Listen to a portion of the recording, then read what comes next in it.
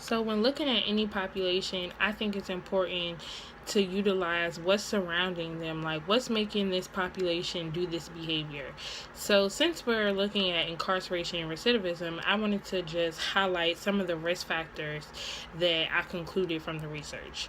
So the risk factors that I outlined in the paper were poverty, poor neighborhood settings, violence, trauma history, substance abuse, school failure, learning disabilities, and dysfunctional families.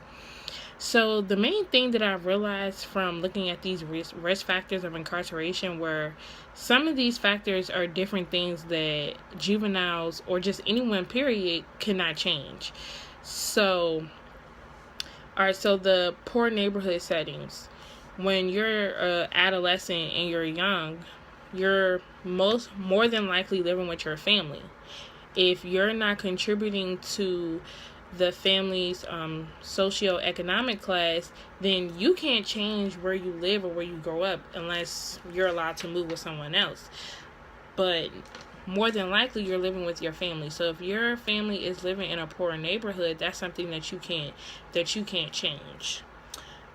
So if you have a learning disability and that's something that has happened within you, that's something also that you can't change. Yes, you can get help with that and you can cope with it and learn different mechanisms of how to resolve those issues and what can truly help you. But if you have that learning disability, that's something that is happening to you. So some of these different things, some of these different risk factors are out of someone's control.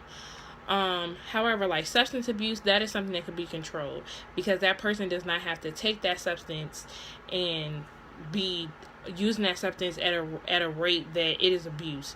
Like, in layman's terms, what I'm trying to say is if they're using drugs or anything like that, they shouldn't be doing it. That's something that they can control. You can control using marijuana, using crack, smoking, alcohol. Those are things that you control.